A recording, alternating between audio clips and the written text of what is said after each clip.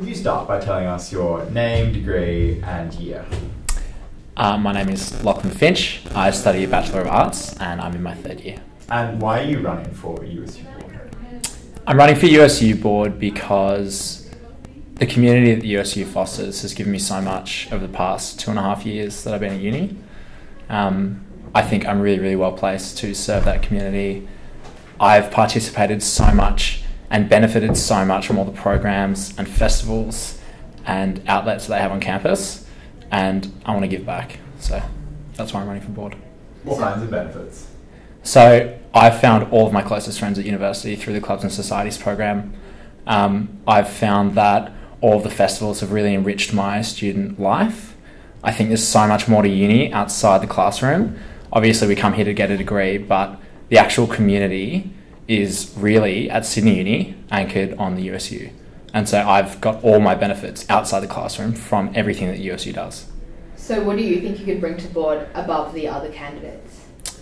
I think compared to all the other candidates, my experience that differentiates me lies with the Clubs and Societies program.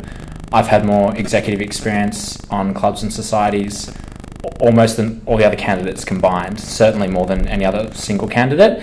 And I think that gives me a unique insight and perspective into what is really on the ground the most frequent interaction that the USU has with students. Let's talk about the experience then now. Your experience is undoubtedly like the biggest out of all the candidates, but I think there's the big question mark with SAS and the AGM still hanging over it. You said when that story came out that you had no idea that the constitutional amendments had in fact been annulled, and that you went off what Jacob Messina told you, which was that these constitutional amendments were in fact on the books and that the AGM was being run properly. Is that true? From memory, yeah. I was, so it was like a bit of a weird time, but from memory they sent, so like when the board considered the amendments, they sent some correspondence to the whole exec, and at the time, I think it was Jacob, could have been someone else, was just like, cool, log the correspondence. Usually we like get the emails, someone's responsible for it, and then like we tell everyone like, yep, I'm going to action this, whatever. So you were general secretary on I was the secretary of the society. Yeah. Society. Yeah. So how do you describe your roles as secretary? So as secretary last year, my role was kind of to coordinate all the exec members and make sure that everyone's meeting their targets, hitting their targets on time, like things like all of the admin for our events and stuff. So like if we're going to have an event, we do a pre-event form, and then we do a post-event form to get funding from the USU for events and stuff. So that was my sort of, yeah. So you're clearly heavily involved. The SAS Constitution also describes the Secretary's role as including conducting the correspondence of the society. So all those things taken together, and given that Secretary is probably, along after President, the most prominent position in any major society, would you say that you had a responsibility to know, or at least to make yourself aware of any changes that the board had made to the Constitution? Yeah, I'm really glad that you asked me of it, because I do want to clear it up and I do want to talk about it. Yes, I think Secretary is one of the most senior roles. I think Secretary and President and Treasurer of all the societies on campus are the three most important roles in any society. And yeah, there could be a case that maybe I should have been more responsible about it. The whole exec should have been more responsible about it. I think the fact that Jacob came out and said that he wants to take responsibility for this, and that he wants to take the blame for it because ultimate responsibility of how an AGM is conducted falls on the shoulders of the president, I think is something to note. And the whole exec went along with that, and we all said, that's a good choice, thank you for making that choice. And so Jacob's come out and said, I take full responsibility for it. As president, it was his responsibility, and we've gone along with that. So are you prepared to support Jacob further after this, for the upcoming presidential elections if you're elected to board? I'm not going to make a decision about presidential stuff, board stuff, internal things until if I'm lucky enough to be elected. But do you still have faith in Jacob, even if you weren't voting in the next elections for him to become president of USU? I think how good a president's going to be, and I think who is the right candidate to be president, is completely contextual, and it's based on the board at the time. I think it's based on the environment of the USU at the time. I think like it's completely dependent on the situation, and I think it's completely dependent on the board members, and yeah. Yes, speaking about the board members and the people themselves, Jacob is a factional ally of yours, if I'm not mistaken. What political faction are you in? I wouldn't say I'm in a political faction at all. I mean, I'm running as an independent for this election, and I'm running as an independent because I'm going to make decisions, if I'm elected to the board, completely in the interest of the USU. I think being of a faction, and I think especially the way that people talk about factions at Sydney Uni, being beholden to some sort of factional group outside the USU would completely be at odds with your responsibilities as a board director, right? Like, you're elected to board to represent the students, and more importantly, I think you're elected to board to act in the best interests of the USU. And I think that's counterintuitive if you're beholden to a faction outside the board. So that's why I'm running as an independent, because I want to do the best for the USU. How would you describe your political ideology then? I don't think politics has a place in making the best decisions for the board. I don't think that party affiliation or anything like that should actually come into what it means to be a good board director for the USU. But, I mean, nonetheless, I'm right in saying that you're associated with the Liberal Party, am I not? Yeah, absolutely, yeah. And that a lot of the people who will be supporting you in the election and campaigning for you come from a broad association of young Liberals on campus. I have a huge amount of people who it's actually humbled me a lot that so many people, when they found out that I'm running, step forward to say, I really want to help you. Some of them are Liberals. There are a lot of students who are just my friends who are like, I really want to help you, I believe in you, I back you. I've even had some people that I'm not even that close to saying, I read your policies, I really want to back you. So that's been really, really awesome. Yes, some of them are Liberals, but they come from a really, really broad cross-section from all over campus. I guess on that point, is the decision then to run as an independent rather than under a Liberal branding one that you took because you thought it would improve your electoral chances on a campus that's notorious for its progressivism? I chose to run as an independent because it means that you're not beholden to anyone. And I chose to run as an independent because I'm running as me, and I'm running on the experience that I have from campus. And I believe that politics doesn't have a place on being a good board director. I don't think it makes sense to run on a platform other than being an individual that really cares about the students like I do, that really, really cares about the clubs and societies program that I do, and that really just wants to improve the student community like I do. So board has had a recent history of being political, even though you say that politics doesn't really have a place. A lot of kind of the changes they make are towards like progressive implementation. How will you work with board directors who do have political views and who do want to implement things that involve politics? I think the direction of the board is always going to be, yes, it could interact with certain political directions or avenues, and I'll take every single one on face value. Like, I'm running to be a board director, and I understand that I'm running to be part of a team, and that the team of the board directors that I'm going to be a part of, we're going to want to choose the best decisions for what the USU should do. And sometimes the best decisions of what the USU should do are reflecting student attitudes on certain things, celebrating certain things, and I fully support all of those agendas. Like, some of the most vibrant festivals that we have on campus are arguably somewhat political in nature. I mean, most causes are, right? So I think I'm going to, like, if I'm lucky enough to be elected, then I really want to support all of those things and support the vibrant community that we have. And as a board director, I think your job is to facilitate all of these things and make sure that they occur in the best way. Yeah. But I guess if you're reducing your decision making as a board director down to what's in students' best interests, how do you decide what is in students' best interests when different students have very different views? Yeah, of course. Well, not just students' best interests, but the USU's best interests. I think, obviously, fiduciary duty comes through really important in an important way when you're a board director. Because unlike the SRC, where I think it's arguable that you are just representing students, as a board director, I think there's an extra level and you have an obligation to the USU and the organisation, as well as to all of the students that you represent. Because at the end of the day, yes, you're a board director and you're meant to be there to serve the best interests of the board, but at the same time, the board's aim is to provide a better student community for students. So there's an interaction there. But isn't this ideological though, to say that things like fiduciary duty, presumably managing a company really effectively, doesn't that align with values that we associate with the right and the fiscally conservative right, which a moderate independent might identify with? Could you rephrase the question? Sorry? In the way that you say it's important, one of the most important things is for you to uphold your fiduciary duties.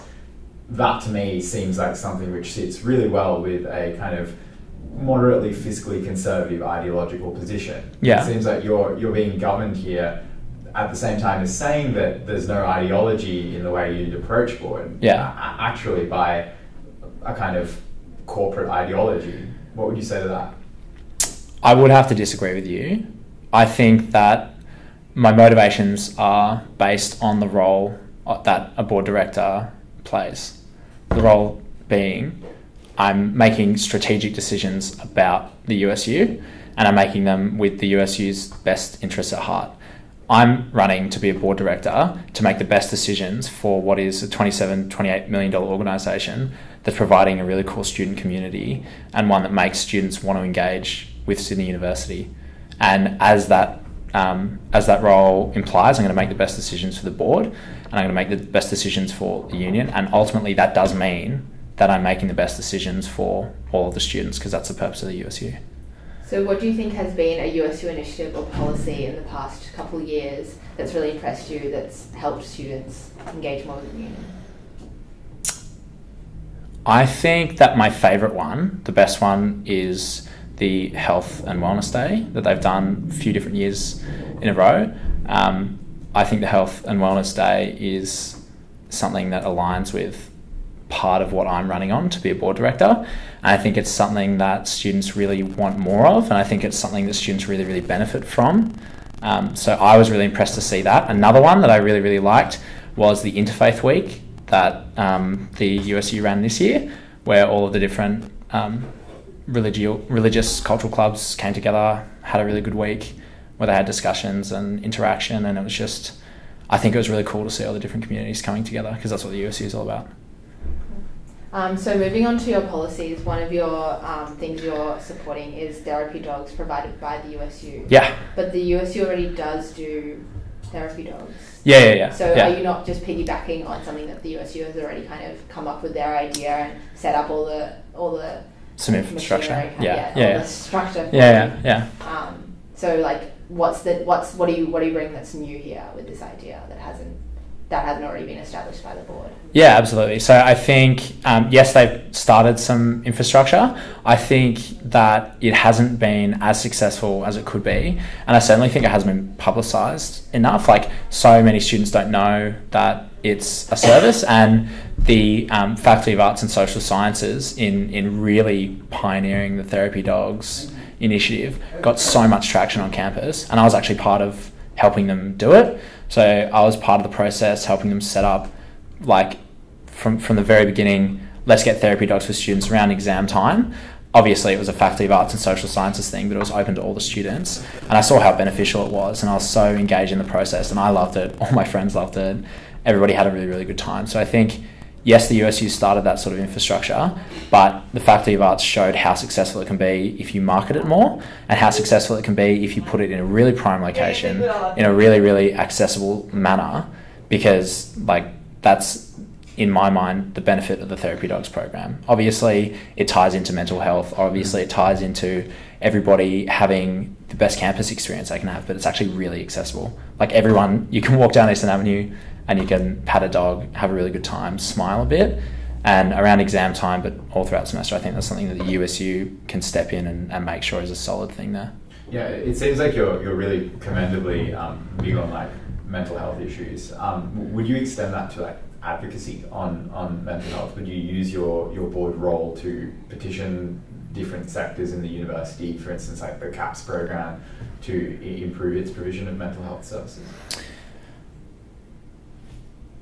I think as a board director, like I could do that personally, but as a board director, I think I would be using my role a lot better to try and use or like see ways in which the USU could step in and fill any gaps that the current university administration isn't kind of getting. And I think like fill gaps because obviously there's bureaucracy involved with like the USU interacting with the university, but also like the USU has way better interaction with all the students than anything else. Like students go to all the cafes run by the USU. Students are in all the clubs and societies run by the USU. Students have all their access cards. They got all the emails from the USU. So I think there's already that relationship there. So I think as a board director, the best way that I could improve the culture of mental health and mental health awareness on campus would be, if I'm lucky enough to be elected, would be to find ways in which the USU can step in and fill the gaps that are already there.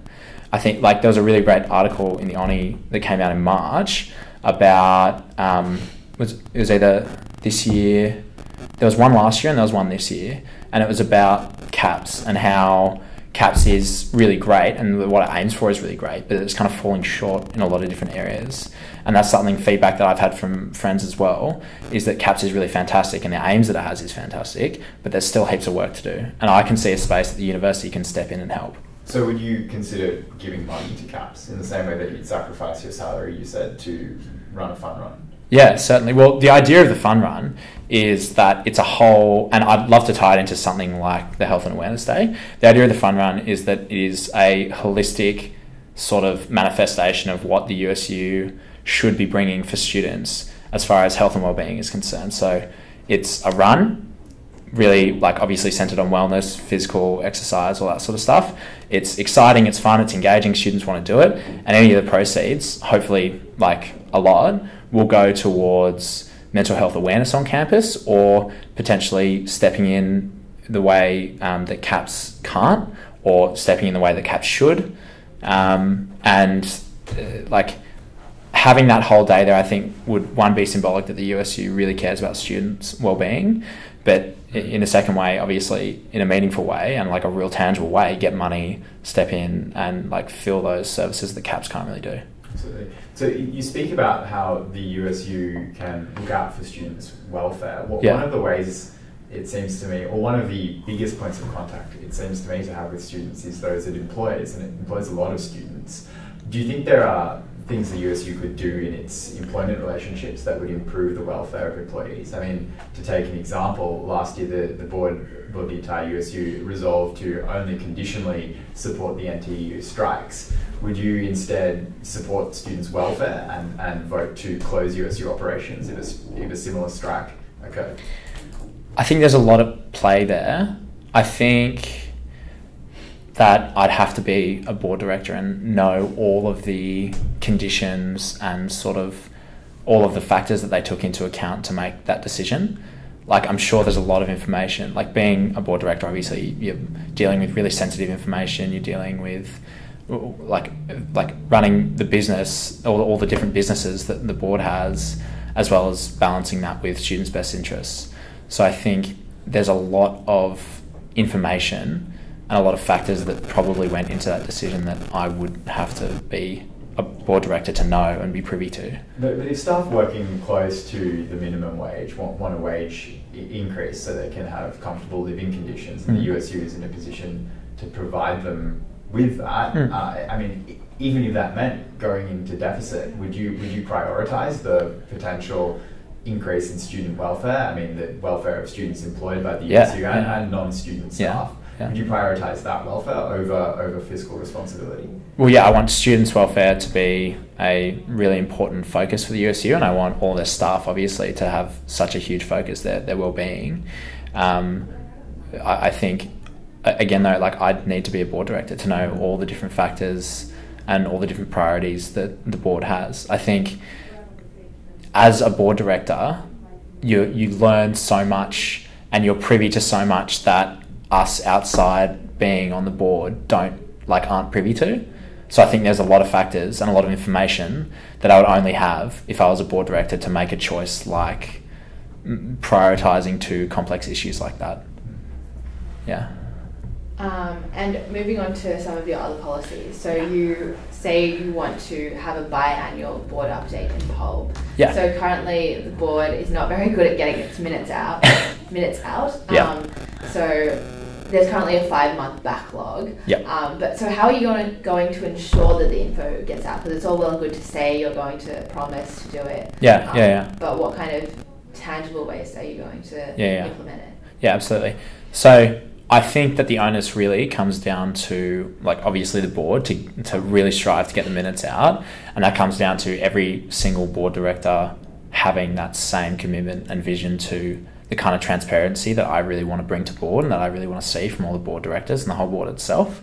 So I think the best way that I could ensure that it happens is to, if I was elected, then I can have those really important conversations with every other board director in saying these minutes are really, really crucial, and these reports are really, really, really crucial, and all of the things that we're doing affect students so fundamentally that we really have an obligation and responsibility to make sure that we're being really upfront and transparent in a timely way.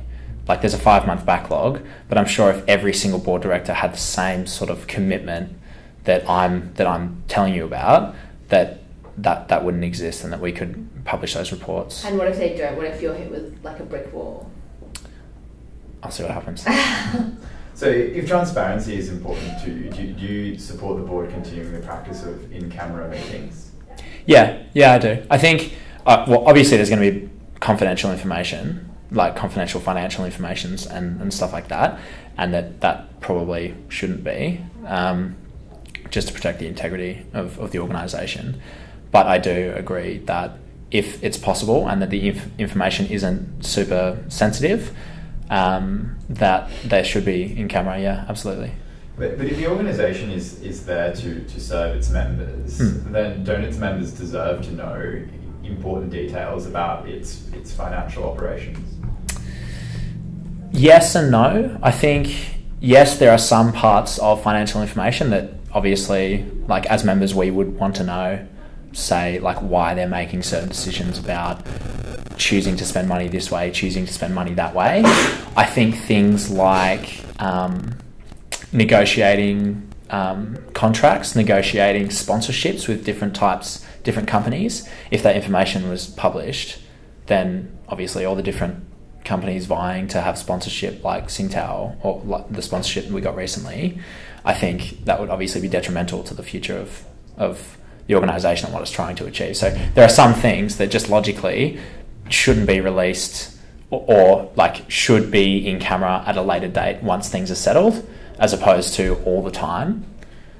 I guess it makes me think it would be very hard for that other policy of yours, which is, I think, like meetups with board members, to meaningfully allow students to actually interact with their board directors and say, look, this is an issue which I feel strongly about. Here's what I want you to say about it. If students aren't able to know what is afoot in terms of contract negotiations or confidential wage bargaining, how can they possibly exercise their rights through their democratic representatives? Yeah, I think, like, it's important to note that when I say in-camera information, some of it's sensitive, the large majority of what goes on in those board meetings should be published. And the large majority of all the conversations that are being had and all the decisions that are being made should be published and available for all of the members to scrutinise and ask about.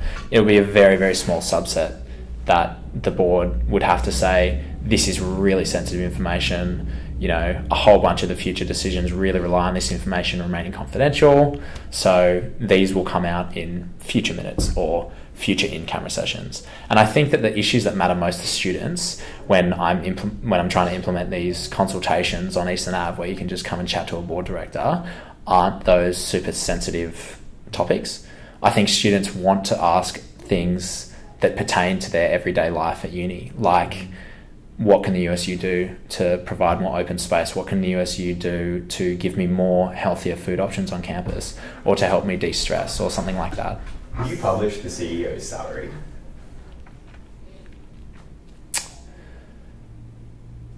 I'd have to make that decision once I was on the board. So do you think student meet and greets with board directors is the best way to engage with students who kind of don't really care or know about board? Is there a demand for this? I think there is a demand for it, and I think especially if it was advertised and all the students knew about it, I think there would be a lot of things that students would want to come and ask board directors. Obviously there are going to be some disengaged students that don't really care or don't want to chat to a board director, but I think there would definitely be a lot of students who want one issue resolved, or want to ask, why does this occur the way that it does, or why did you make this decision? And I think it's a good way to engage those students, especially if there's like a really small issue or just something that they want cleared up that is kind of a barrier to them engaging further with the USU. Then why not? If I was lucky enough to be elected, like, I want to be able to sit on Eastern Avenue and have students come up and know that I'm sitting there for 2 hours and be able to come up and say, hey, why is Fisher Coffee Cart open for this amount of time? Or like, what new healthy food are you going to be providing in the next 6 months?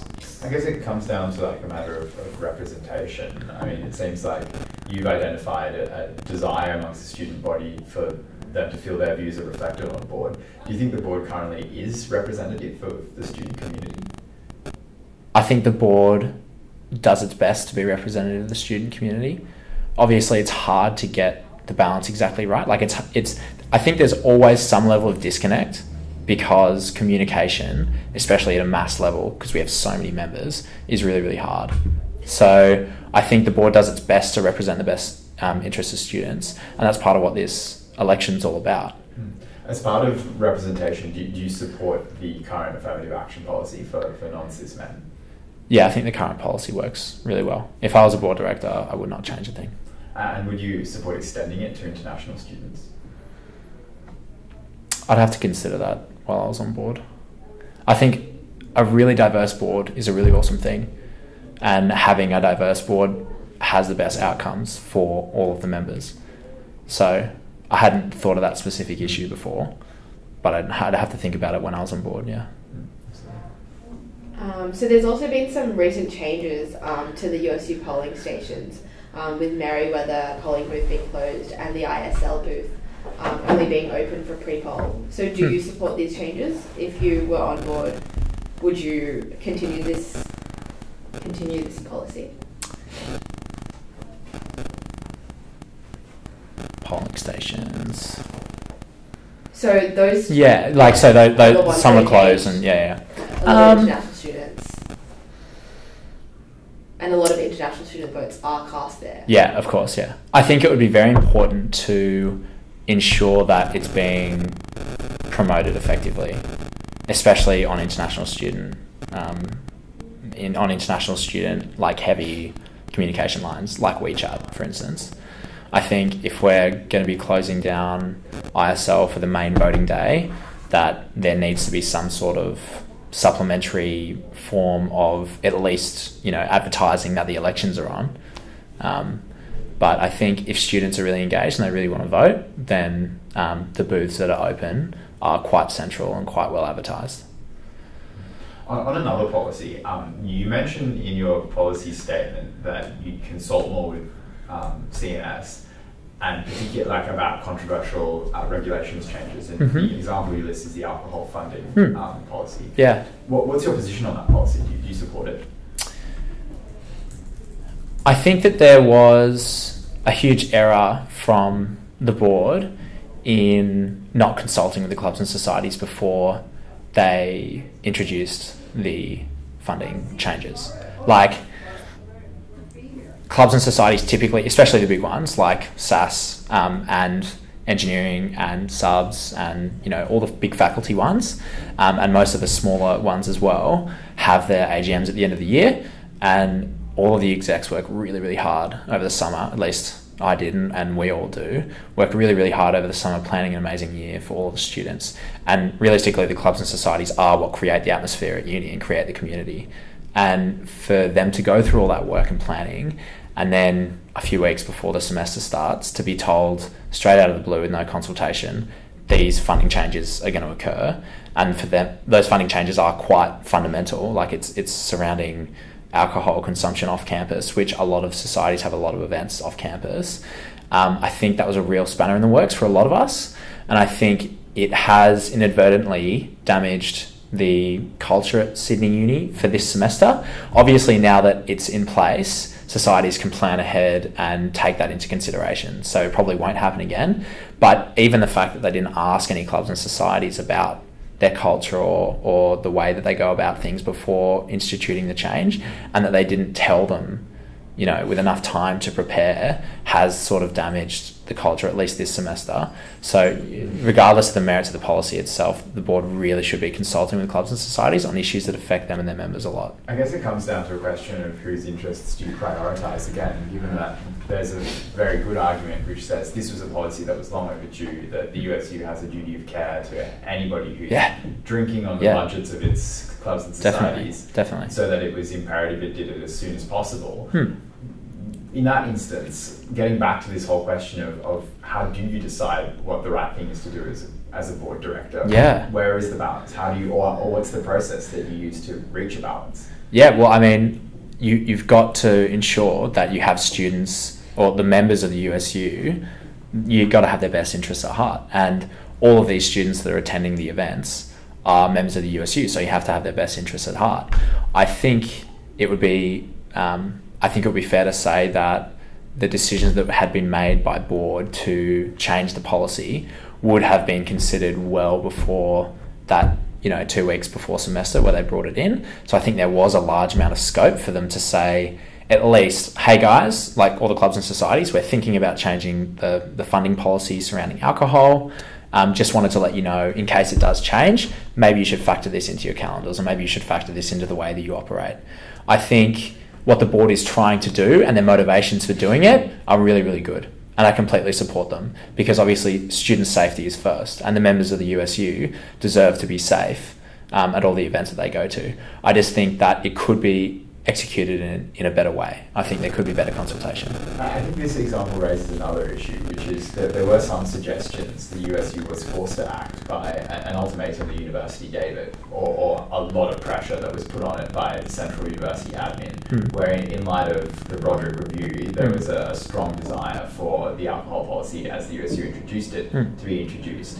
So it's still a question mark to what extent that did influence the board. But say in a similar situation, you were faced with a decision you had to make very quickly, or you were faced with members of professional staff who had a particular policy they wanted implemented, or a particular way of doing things. How do you, as a board member with a particular policy platform, a particular set of goals that you want to achieve, how do you manage that situation and ensure that you can get your vision across? I think obviously it's very contextual, so it's going to apply differently in each circumstance, and I think the environment of the board at the time and the university is going to have a huge influence on how I do that if I'm lucky enough to be elected. But as a general rule, if there are things that are going to be affecting the clubs and societies, which are the bedrock of the community here and the bedrock of the USU program, in my opinion, if they're going to be decisions that fundamentally affect how they operate, especially in the short to medium term, then I would want to consult with them, or at least let them know as early as possible. The Clubs and Societies program has given me so much, and my real passion is making sure that they continue to give to students the way that they've given to me, all these clubs and societies. So as a board director, one of the key decision-making processes I'm going to have is ensuring that the framework of clubs and societies that really interacts with students in the biggest way out of the whole program is notified and consulted and works closer with the decision-making process of the board. So the only way for students to currently access the clubs and societies on campus is to buy an access card. Yep. And so cheaper access is kind of being promised every year by every single board director. Yeah. Of course. Yeah. But do you think that your idea of a tiered membership system will overcomplicate it for students who already aren't really too sure what the USU is? At least now it's like a one-time payment. Yep. You know what you're getting. You know what discounts you're getting. Yeah. How are you going to practically implement a gold, silver, bronze tiered platform? So my dream, right, is informed by my experience with the clubs and societies over the past 3 years. So every year at O Week, I have so many students who come up and say, really want to join this society, really fantastic. Let me rip in, I want to get involved in uni. And we say, awesome, great, it's free to join the society, sign on in, and they don't have an access card. And we say, oh, you've got to go get an access card, and they say, it's too expensive. I don't want to spend 60, 70, 80 bucks on a card that I don't really know what it does. I don't know if I'm going to get all the benefits out of it. So my dream, and the gold, silver, bronze is kind of just a suggestion, but my dream is that at the very least, there is an alternative access card that you can buy that just gives you access to clubs and societies. I think the membership of especially faculty-based clubs and societies would be so much bigger if students could go up to the access tent and buy a clubs and societies access card that costs $5 or $10. And the only thing you get from that card is that you can join all the clubs and societies. And that we've got the current access card, which you join clubs and societies and you get all these perks. And you get to go to all the parties and festivals that we have and get greater discounts, and you can get free coffees on campus, and you get all those extra benefits, which a lot of students get a huge amount of value from. Some students are here so much and they use all of the facilities and clubs and societies so much that the current access card pays for itself within the first semester, and then they have heaps more value from it. But there are so many students who just want it to join clubs and societies, and that's why I think the tiered access scheme is important, because the USU is here to engage all the students, right? And so the best way to capture all those students that currently don't engage, and they don't engage for one reason, and that's because the access card's too expensive, the best way to do it is just to advertise super simply, here is this new access card where you just join clubs and societies, and then there are these other ones with different benefits. Don't you think this is an immense financial risk? Yes, you might argue that more people will sign up, but there's currently probably a huge number of people who do have access cards who would be attracted to a far cheaper access card, who would swap in a $70 a year model for a $5 a year model. Potentially, yeah. And the access provides the USU with something like the $300,000 of its budget, which is not an insubstantial figure. If you cut that in half, you're looking at a big deficit. What do you say to that? I'd say that I'd have to look at the figures as a board director before I made any decisions like that. And obviously the strategic direction of the board that we're not privy to at the moment, that only the board directors know, would be informing my view on exactly how much the new card would be and all the viable options like that. I think the most encouraging thing for me out of this whole process with the thinking about the access reform is that every single candidate has identified that it's an issue. And every single candidate has said, we need to reform it in some way possible. So regardless of whether or not my dream of having a tiered access system so that people can enjoy clubs and societies more actually eventuates, it's going to be, I think, enough pressure from all the board directors that we will see change from the access system in the next few years. So if the $5, $10 card is deemed too radical a risk, which other candidates' proposal of cheaper access do you think you would prefer, or what kind of middle ground are you considering? Yeah, I think because this is a very radical change. Yeah, it is a very, very radical change. I think that being on the board and having access to the strategic direction of the board is going to be obviously fundamental in this whole process. That's my dream. I don't know whether or not that tiered access scheme can come to fruition because I just don't know the strategic direction of the board, and neither do any of the other board candidates. We all want to change access so that students get better value from access, but we don't know how that can interact with the board yet, right? So I think that the best thing to do is to say, this is my ideal circumstance, which I've done, and then any deviation from that is going to have to be informed by my experience on the board. So I don't know what it might end up looking like, but I am extremely confident that students are going to get better value from their access, or at least see an access system that they want to see in the next few years. One of your other policies was for a supermarket on campus. Yeah. Do you think students really want a supermarket on campus? I think they do. I really, really do think they do. So UNSW has an IGA. And so many students there use it so frequently. And from everyone that I've floated the idea with here at USU, everyone is so enthusiastic about it. It ties into my broader sort of sense I've gotten over the past 3 years, both personally and from all my friends and everyone I've interacted with at a society level, that options for more food is like a key issue. And it comes up every single year in USU elections. Candidates always say, we should have more food on campus, you should have more options. And I think the best way to, in like an effective way, in a really small setting, provide more food options is to have a supermarket which just has like heaps and heaps of options, whether that's an IGA or Woolies or like Harris Farm. Like, I think that's less important than students want more food. And having a supermarket is a very dense, small, efficient way of giving them heaps of food choices. I guess your choices are restricted unless you live nearby and can then like prepare that food. So isn't this a policy that particularly benefits people who like live on campus or live close to campus? Because otherwise, I mean, the amount of food that you can buy from the supermarket and kind of like eat raw capsicums off the shelf. I would, but yeah. Like, yes, it would benefit disproportionately people who live nearby, but there are so many students who live nearby. There are so many students who live in student accommodation, for instance, like right on campus or at least right next door to campus, that it would really benefit. But there are so many items that students might want from a supermarket, and I think it's having that really, really wide range of food that they don't currently have in a supermarket setting that would really be beneficial for students, yeah. So one of your other saving policies is an access reward scheme that rewards students for the amount of money they spend with the USU, giving them more benefits or more discounts later. Yeah. Is this not a little bit classist or at the very least unnecessarily divisive?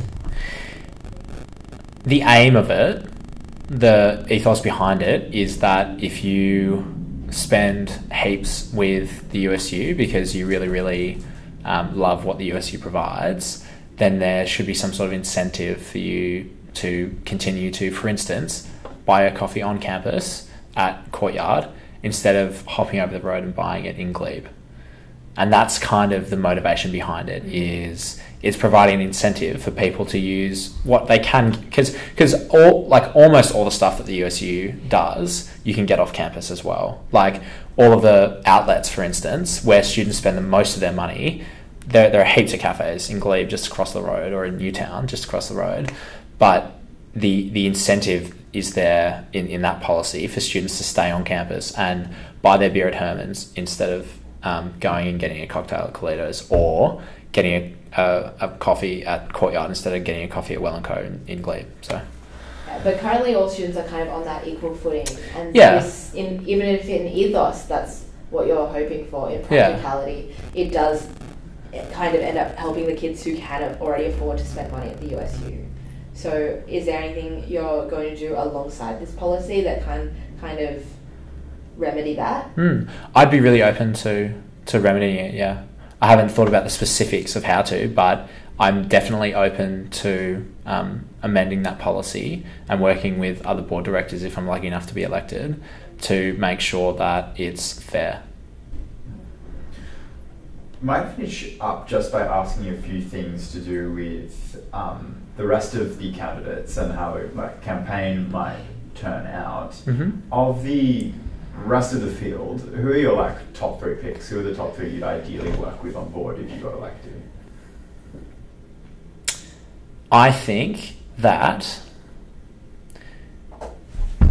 Zumeng is really good. I really, really like Daniel. And my third pick, I think, would be... It's hard because they're all so good.